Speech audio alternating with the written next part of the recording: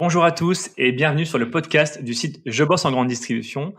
Aujourd'hui, j'accueille Pascal Lebert. Bonjour Pascal. Bonjour. Vous êtes le président du groupe Happy Cash et vous faites partie du paysage important des acteurs de la seconde main, un secteur qui, on le sait, s'est largement densifié ces dernières années, avec l'arrivée notamment de pure players comme Vinted, Le Bon Coin. On aura largement l'occasion d'en reparler. Alors, avant de parler de ce marché et de l'importance qu'il revêt auprès des consommateurs, commençons par une présentation. Monsieur Lebert, qui êtes-vous et quel a été votre parcours professionnel avant de prendre la direction de Happy Cash? Un parcours dans l'agroalimentaire où j'ai fait à peu près tous les métiers, tous les produits qui existent dans l'agroalimentaire, qui m'a permis de rencontrer la grande distribution, mais aussi des intervenants très spécialisés, des intervenants traditionnels, etc. Donc, un parcours varié et riche. Alors, vous avez récupéré la direction du groupe il y a combien de temps? 2010, je m'associe dans le groupe. 2011, j'en prends la responsabilité globale en étant l'actionnaire principal. Et puis, depuis 2015, un actionnaire quasi unique, avec des fonds qui m'ont aidé à faire cette restructuration. Quel était l'état du marché il y a 10 ans de la seconde main? Parce qu'on en parlait finalement peu à l'époque. Quel était l'état du marché en 2010? En 2010, des magasins de deux types, des magasins dépôt-vente avec La Trocante et Troc.com d'un côté, Oui. surtout concentrés sur les meubles, sur les bibelots, et puis de l'autre côté, des intervenants high-tech dont les noms sont connus. Aujourd'hui, ils se terminent ou commencent tous par Cash. Oui. Un marché assez atomisé, un marché qui est en grande progression à l'époque et qui surfe sur une vague qui a commencé en 1995 avec l'arrivée de Cash Converters. Alors, Happy Cash, c'est quoi aujourd'hui? C'est un groupe avec plusieurs enseignes. Est-ce que rapidement on peut les lister? Alors oui, Happy Cash, c'est plusieurs enseignes puisque depuis cette période, nous avons développé d'abord des enseignes à la suite d'Happy Cash. Et puis deuxièmement, nous avons repris le groupe Troc qui comprenait La Trocante et Troc.com. Donc les enseignes sont Happy Cash, donc pour des magasins qui font moins de 600 mètres carrés. L'enseigne Happy Cash Service, qui est une déclinaison de moins de 100 mètres carrés, centre-ville ou galerie marchande. Happy Cash Eco, galerie marchande quasi exclusivement, moins de 100 mètres carrés, focalisé sur la téléphonie, la réparation, location, et puis les tablettes et les ordinateurs portables. Et puis, au-delà de 1000 mètres carrés, nous avons l'enseigne Happy Troc, qui est la synthèse de Troc.com et La Trocante. Et donc, il regroupe tous les savoir-faire du groupe avec, évidemment, tous les savoir-faire du Troc initial, et puis les produits high-tech qu'on a combinés dans ces magasins. Et puis, notre enseigne spécialisée dans la réparation téléphonique qui est Fixphonia. Voilà l'ensemble des enseignes qui se sont développées jusqu'à maintenant. Alors, moi j'ai entendu parler aussi d'Happyfrip. Absolument. Happyfrip, c'est le petit dernier qui vient d'arriver. C'est une enseigne qui est issue de notre savoir-faire en achat ou en dépôt de vêtements, chose qu'on faisait déjà depuis pas mal de temps dans les trocs. Et qui nécessitait une approche un peu plus particulière, un petit peu plus spécialisée, et dont on a extrait le savoir-faire pour faire des magasins spécialisés, donc qui peuvent s'installer en centre-ville ou dans une galerie marchande. Alors, sur l'ensemble des enseignes qu'on a listées, ça représente combien de points de vente en tout en France? 180 en Europe, 145 en France. Et en termes de chiffre d'affaires? Chiffre d'affaires 140 millions à peu près et 1100 personnes. Alors 140 millions, alors vous étiez il me semble que la crise sanitaire vous a un petit peu impacté, parce que vous avez dû fermer plusieurs mois. Ouais. Comment s'est passée justement la différence entre 2019 et 2020 et quelles sont les tendances en ce moment sur l'année 2021? Alors, l'année 2020, évidemment, un arrêt assez brutal puisque nous avons fermé par obligation légale. nous avons fermé 4 mois sur 16 entre mars et puis mai 2021. Donc, ça représente à peu près moins 25% de chiffre d'affaires brutalement. Puis, à chaque sortie de de ces confinements, on a repris du marché et on a retrouvé environ 15% des 25% qu'on avait perdus. Ce qui fait que on a observé un grand rebond en sortant des confinements, les consommateurs se précipitant dans nos magasins. Alors, pourquoi une telle précipitation? Quels étaient les besoins réels des consommateurs à ce moment-là? Je pense que leur envie, c'était de trouver des magasins dans lesquels on chine, dans lesquels on vient voir des produits originaux, des produits auxquels on n'a pas forcément pensé, mais qui sont très très particuliers. Nos magasins sont singuliers, on y trouve de tout, vieux, moderne, grand, petit, que ça soit des meubles, des bibelots, des produits high-tech. Donc c'est des endroits où on aime venir se promener en famille pour découvrir et puis se donner des envies.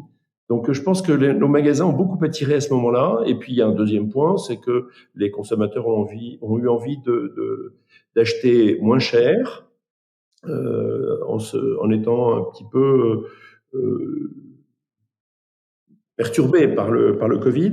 Et puis le dernier point, et c'est ce qui nous anime le plus, envie peut-être de retrouver du sens dans leur consommation, et donc de retrouver des produits locaux, des produits classiques qui sont des produits de réutilisation. Il faut vous dire que dans nos magasins, on trouve des produits qui viennent de 10 kilomètres à peu près maximum autour des magasins. On achète local, on achète à des particuliers, on achète très très local. Et donc chez nous, le consommer sur place, c'est vraiment une raison d'être. Donc je pense que ça participe aussi à l'envie de venir nous voir. Et est-ce que vous avez repéré justement des demandes plus fortes sur certains produits? Non, non, non. On a à peu près tous les produits ont été concernés par la demande, par cette frénésie de consommation qu'on a observée à chaque sortie de confinement. Évidemment, la téléphonie reste un produit très très consommé, mais pour des raisons très économiques. Oui. Mais tous les autres produits ont bénéficié de cette frénésie, que ce soit les bibelots, les meubles, l'électronique, le matériel d'outillage, etc. Enfin, un petit peu tout en a profité. Les livres également, beaucoup. On a vendu beaucoup de livres, beaucoup de produits culturels, que ce soit des CD, des vinyles, des DVD, un espèce de retour aux sources. Alors, Happy Cash figure parmi les acteurs importants du marché de la seconde main. Aujourd'hui, on ne compte plus le nombre d'acteurs. On a les pure players comme Back Market, Vinted, Le Bon Coin, Vestiaire Collective, pour pas tous les citer. On a aussi les enseignes de la grande distribution, avec Auchan, avec Leclerc Occasion. On a La Redoute, avec La Reboucle. On a Kiabi, on a Zalando qui vient de se lancer très récemment. Il y a vraiment un essor sur ce marché qui est à peu près évalué à 7 milliards d'euros. Comment on explique l'intérêt pour ce marché de la seconde main? Ce que je vous disais, il y a deux aspects principaux. Le premier aspect, c'est le côté économique, parce que acheter d'occasion, c'est acheter entre 10 et 80% moins cher que le neuf, pour des usages qui sont somme toute assez voisins. Et puis le deuxième aspect, c'est sans doute une recherche de vérité, une recherche de mieux consommer pour avoir des produits qui sont encore en usage et qu'on veut réutiliser pour peut-être participer modestement pour chacun à la préservation de la planète. Je pense que tout le monde, avec le Covid, a été très secoué, très très perturbé et a été sensibilisé à la volonté de participer de près ou de loin à la maîtrise du réchauffement climatique. Et donc, je pense que consommer des produits d'occasion, c'est être vertueux finalement. C'est choisir de consommer des produits qui fonctionnent encore. Le premier recyclage chez nous, C'est notre mot d'ordre en tout cas, c'est d'abord utiliser des produits qui continuent à fonctionner.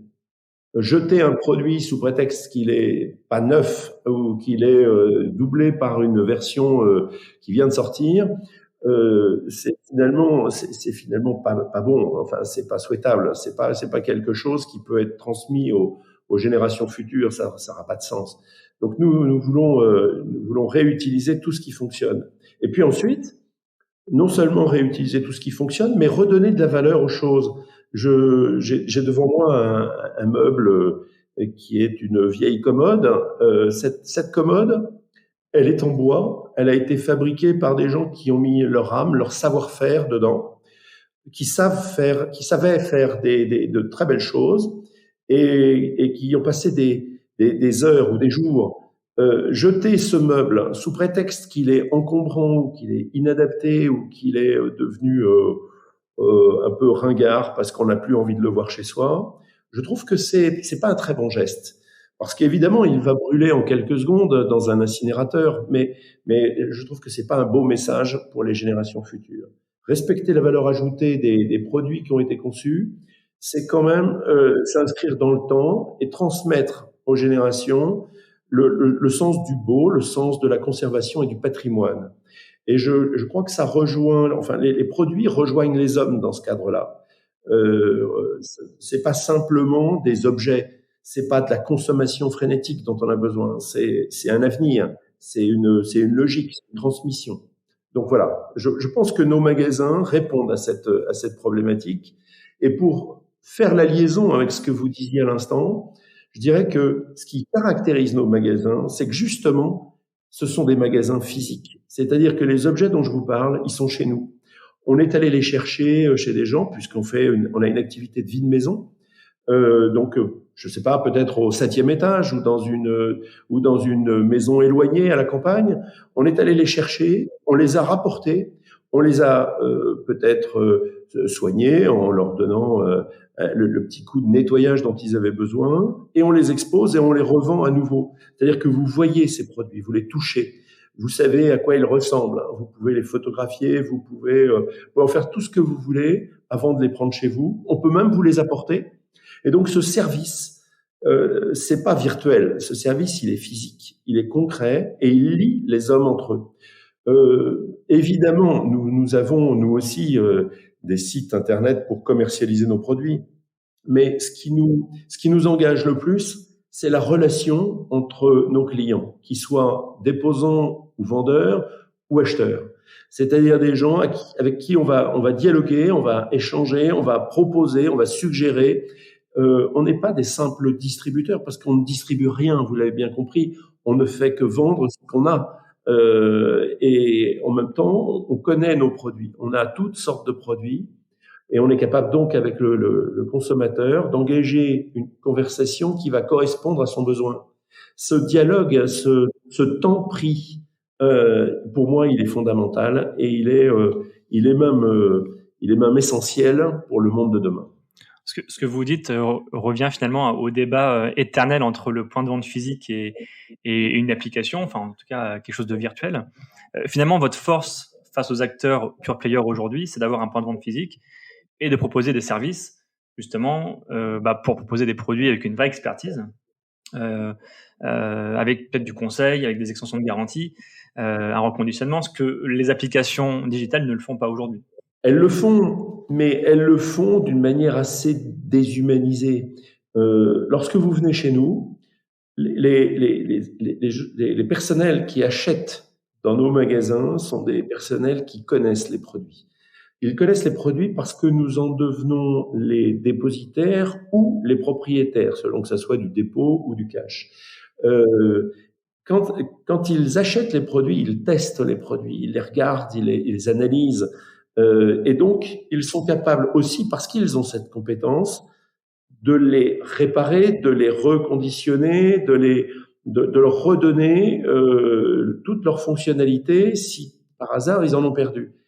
Ça veut dire que très concrètement, quand vous venez chez nous avec un produit qui a un défaut ou qui a une petite panne, on peut vous le réparer dans la journée. On peut traiter votre demande immédiatement. Là où la plupart du temps, évidemment, vous et moi, nous sommes confrontés à des services de SAV qui sont très organisés, très pointus sans doute, mais qui prennent du temps et qui sont un peu déshumanisants. Vous voyez, on est un ticket, on prend un ticket, on a un dossier, etc. Et puis quelques jours ou semaines après, on va retrouver son produit. Chez nous, c'est pas ça. Chez nous, les produits, on les dépose, on connaît le produit, on va le réparer et puis on va vous le redonner le temps de faire vos courses. Donc c'est pas du tout la même relation. Si vous avez un produit qui fonctionne mal, on l'échange. Si vous avez un produit qui a un petit défaut, on va peut-être le corriger avec vous. On va vous apprendre peut-être à vous en servir. Là où la plupart du temps, on ne vous apprend pas à vous en servir. Nous, on a cette relation directe.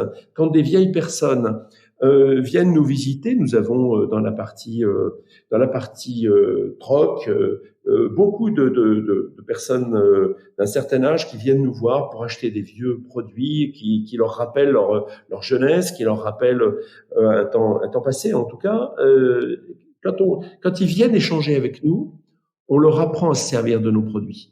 Exemple, les téléphones ou les ordinateurs. Une vieille dame qui vient acheter un téléphone pour rappeler ses petits-enfants, ben, on lui apprend directement à s'en servir. On a même développé des systèmes pour former collectivement des personnes qui viendraient dans ce cas.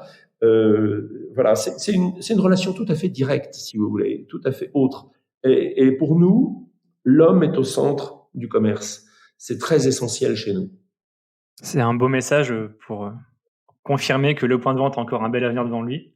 Est-ce qu'il y a encore des produits d'occasion qu'on ne peut pas vendre avec le digital ? On peut tout vendre avec le digital. Le seul problème, c'est la logistique qui est derrière. Lorsque le produit est tout petit, il part avec un petit paquet. Il y a beaucoup de services qui proposent ces échanges. Et ça revient, c'est facile, ça arrive chez vous, ça peut se mettre dans une boîte aux lettres. S'il s'agit d'un meuble, c'est complètement différent. S'il s'agit d'un gros meuble électroménager, c'est très différent. Et puis j'ai envie de vous dire, quand vous avez un ordinateur, alors vous pouvez acheter un ordinateur, c'est vrai, c'est facile, puisque c'est assez neutre un ordinateur. Mais se servir d'un ordinateur, c'est pas banal. Se servir d'un ordinateur, ça demande quelques conseils, ça demande des ajustements, la reprise peut-être d'anciennes données, le paramétrage de votre installation, etc. Tout ça, oui, il existe beaucoup de tutoriels qui permettent d'apprendre, et c'est souvent très très bien fait, mais ça ne suffit pas. Mon cas particulier n'est pas celui de mon voisin, donc la relation humaine, elle est dans ce cas assez indispensable. Alors je dis pas à chaque fois, mais très souvent, elle est indispensable. Et on a beaucoup de clients, de consommateurs qui viennent chez nous parce que justement, ils n'ont pas cette relation. Parce que justement, il leur manque ce petit truc en plus qui fait que on a personnalisé la relation, si vous voulez. On a mis le fil au bon endroit. Ça fait toute la différence. C'est ce qui fait la caractéristique de nos magasins. C'est ce qui fait aussi, d'ailleurs, je vais vous dire honnêtement, la passion de nos collaborateurs. Tous nos collaborateurs sont des passionnés parce qu'évidemment, c'est pas très confortable d'acheter toutes sortes de produits et de vendre toutes sortes de produits également parce que vous n'avez pas la notice d'utilisation pour chacun. Donc il faut la retrouver, il faut compléter, il faut comprendre, il faut bien vérifier, etc. Ça demande un investissement personnel très important. Les gens qui travaillent chez nous sont des gens exceptionnels. C'est pas des gens ordinaires. Ils sont pas commerçants au sens primaire du terme. Ce sont des vrais commerçants, des gens qui sont engagés auprès de leurs produits, auprès de leurs clients, que ça soit à l'achat ou à la vente. Donc c'est, vous voyez, une relation assez exceptionnelle. Et là, c'est adapté à nos produits, tout ce qui est meubles, tout ce qui est bibelot, etc. Quel sera son devenir? Une lampe pigeon, c'est d'une banalité très grande. Mais qu'est-ce que je fais d'une lampe pigeon? Je peux la conserver telle quelle, je peux l'upcycler, je peux lui donner un design particulier, l'utiliser pour autre chose. Vous voyez, on peut transformer les produits que nous avons chez nous à l'infini. Et c'est justement le côté extraordinaire de ce métier. Quand vous avez le produit en face de vous, ça n'est pas une image, ça n'est pas une image même si elle est en 3D. c'est vraiment un produit que vous touchez et vous le sentez. Enfin, il y a une relation presque charnelle chez nous. Alors, il y a un sujet dont on parle beaucoup en ce moment, c'est la pénurie de produits. On se rend compte qu'on est devenu très dépendant du marché asiatique, notamment sur certaines matières premières, notamment certains produits. Est-ce qu'il n'y a pas aussi un effet d'aubaine pour le marché de la seconde main, de se dire voilà, on peut consommer local, on peut consommer des produits qui sont déjà prêts, et on n'a pas besoin de les importer d'ailleurs. Alors, je pense notamment au vélo. Est-ce que vous avez ressenti quelque chose, une augmentation de la demande, pardon, sur ce type de produit? Pas particulièrement. Je dirais que notre marché croît assez fort en ce moment, effectivement. Nous avons beaucoup de clients qui viennent nous visiter. On a vraiment une fréquentation qui a grossi. Mais c'est pour tout type de produit en fait. Oui, des gens cherchent des ordinateurs, des téléphones, parce que c'est très compliqué de s'approvisionner aujourd'hui. Mais on n'a pas un zoom particulier sur telle ou telle famille, non. Alors, vous parliez de croissance. Quel est l'avenir, alors déjà d'Appicash? Quel est l'avenir du marché de la seconde main? Et est-ce que vous prévoyez peut-être de nouveaux magasins? Est-ce que vous prévoyez d'autres choses justement pour accompagner cette croissance? Écoutez, en ce moment, nous avons un trend de croissance qui est entre 15 et 20 magasins par an, que nous ouvrons en France ou à l'étranger. Et nous prévoyons ce rythme de croissance pour les années qui viennent, voire même nous prévoyons un rythme un petit peu supérieur, si j'en juge par le nombre de dossiers qui nous arrivent spécifiquement depuis 2020. Beaucoup de jeunes souhaitent nous rejoindre pour donner du sens à leur vie. En fait, pour donner du sens à leur travail, en étant dans des matières passionnantes, en œuvrant dans la relation humaine, comme je l'ai longuement dit. Donc on a beaucoup de dossiers. Donc effectivement, notre croissance semble devoir être très forte. Et on va tout faire en tout cas pour multiplier nos présences de façon à ce que ce marché qui nous semble très gros soit servi. Quand je dis ce marché nous semble très gros, c'est que je pense que le marché de la seconde main, pour les produits physiques, je ne parle pas de l'alimentaire évidemment, représente 50% du neuf potentiellement. Donc vous voyez, il y a encore beaucoup de choses à faire. Notre taux de pénétration sur le marché, tel qu'on le calcule, est entre 20 et 25%. Donc, il y a encore beaucoup de consommateurs qui ne nous connaissent pas, qui ne sont pas venus nous voir parce que soit ils ont quelques réticences, nous apparentant à des hangars un peu malfamés, ou nous ne comprenons pas ce que c'est que ces magasins qui sont curieux, où on vend des produits d'occasion. Et donc on a beaucoup d'endroits aussi où on n'est pas présent. Donc on a vraiment un gros travail de développement à faire pour les mois et les années qui viennent.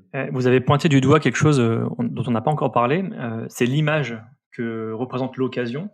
On a un peu l'impression qu'il y avait une image un peu péjorative il y a encore quelques années.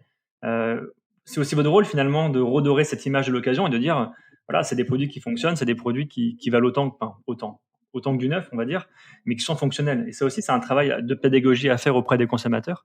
Comment vous opérez cette communication, justement?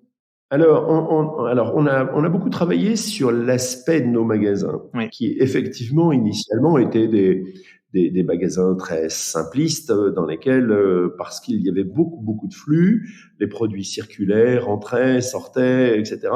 Et peu d'importance était accordée au merchandising, à la présentation. Aujourd'hui, on a refait l'image de nos magasins et on a retravaillé l'intérieur en proposant un circuit aux consommateurs, en proposant des familles cohérentes, et puis en redonnant beaucoup plus de clarté, de la lumière, de la PLV, en expliquant, finalement, en montrant que ces produits d'occasion, une fois nettoyés, sont les mêmes que des produits neufs. Donc ça a été un travail, j'ai envie de dire, de cosmétique pour rassurer, parce qu'on était bien conscient du fait que là, nous avions un petit passif. Et puis, dans ce cadre, vous l'avez bien noté, nous avons créé la marque Happy Troc, donc qui est la synthèse de La Trocante et de troc.com, pour donner une image plus jeune, plus moderne, dans laquelle on voit tous les produits d'occasion de la maison. Et ça fait suite directement à notre savoir-faire Happy Cash, où les produits high-tech, évidemment, étaient depuis plus longtemps mieux présentés et plus dans des univers plus modernes. Donc ça, c'est le premier point. Le deuxième point, effectivement, c'est de mieux communiquer avec nos consommateurs pour leur expliquer ce que sont ces produits d'occasion. Donc, vous me donnez l'occasion de parler sur votre antenne, c'est très aimable à vous, et ça permet d'expliquer ce que nous sommes, hein, d'expliquer que nous sommes finalement des commerçants assez engagés, passionnés, et qui proposons des produits comme les produits neufs. Alors, qui sont vos clients? Quel est le profil de vos consommateurs aujourd'hui? Est-ce que vous avez réussi à la rajeunir justement? Alors, nos consommateurs sont historiquement deux profils. Premier profil, les gens les plus nécessiteux qui viennent chez nous parce que les produits sont moins chers et donc c'est plus facile de s'équiper avec des produits moins chers. Deuxième profil qui est aussi historique, c'est les personnes les plus aisées qui viennent chez nous pour retrouver des produits vintage, des produits de leur enfance, des produits finalement bonne affaire et qui sont évidemment des produits qui fonctionnent puisqu'ils savent que les produits sont garantis. Chez nous, les produits sont garantis pour mémoire entre 6 mois et 5 ans. C'est-à-dire que nous pouvons pousser la garantie jusqu'à 5 ans. C'est pour rassurer nos consommateurs parce que on est sûr de nos produits. Donc voilà, ça ce sont les deux clientèles d'origine. Et depuis, en combinant les cash et les trocs, nous apercevons que nous rajeunissons notre clientèle. C'est-à-dire que dans les trocs, là où il y avait majoritairement des personnes de plus de 50 ans, maintenant nous avons des consommateurs de moins de 40 ans qui viennent nous fréquenter, qui viennent nous visiter parce que il y a cette cohabitation entre produits high-tech et produits vintage ou produits meubles, bibelots, etc. Et donc ça fait découvrir à chacun un univers et ça rajeunit globalement notre clientèle. Alors j'ai une dernière question pour vous, Monsieur Lebert. Donc pour accompagner la croissance de la seconde main, vous avez besoin d'un marché, forcément, vous avez besoin de consommateurs, mais vous avez aussi besoin de franchisés. Aujourd'hui, qui sont ces franchisés et est-ce que vous avez de plus en plus de demandes justement pour avoir accès à l'ouverture de nouveaux magasins? Alors, c'est ce que je vous disais tout à l'heure. Nous avons énormément de demandes ces derniers mois. J'ai envie de dire à peu près depuis 1 an. Les franchisés sont des gens qui sont commerçants, curieux, engagés, dynamiques et qui ont envie de s'investir dans un métier où il y a beaucoup de travail, parce que le travail quotidien est très important. Il est à la fois physique et administratif. Il est à la fois d'achat et de commerce. Donc c'est un travail très complexe, très compliqué, mais qui s'adresse à tous ceux qui ont envie d'être autonomes et puis pratiquer une activité qui est une activité très enrichissante, à la fois sur le plan du relationnel et à la fois sur le plan des produits. Qu'est-ce que vous leur diriez pour les convaincre de venir chez vous, de rejoindre le réseau? Si toute personne qui a envie de devenir un entrepreneur peut venir nous rejoindre en toute tranquillité, en toute sécurité, parce que nous avons une université Happy Cash qui leur diffusera tous les savoirs dont ils ont besoin pour faire notre métier. Et alors le dernier point, nous insistons beaucoup là-dessus, c'est que notre réseau est un réseau entre guillemets familial, c'est-à-dire quand on rentre chez nous, on fait partie d'une grande famille qui est la famille du cash et du troc. Et dans cette grande famille, tout le monde se soutient au quotidien et dans le temps. Le message est passé pour nos auditeurs qui, pourquoi pas, voudront vous rejoindre demain. Merci beaucoup, Monsieur Lebert, pour cet éclairage. C'était vraiment hyper intéressant. Merci beaucoup à vous. À bientôt.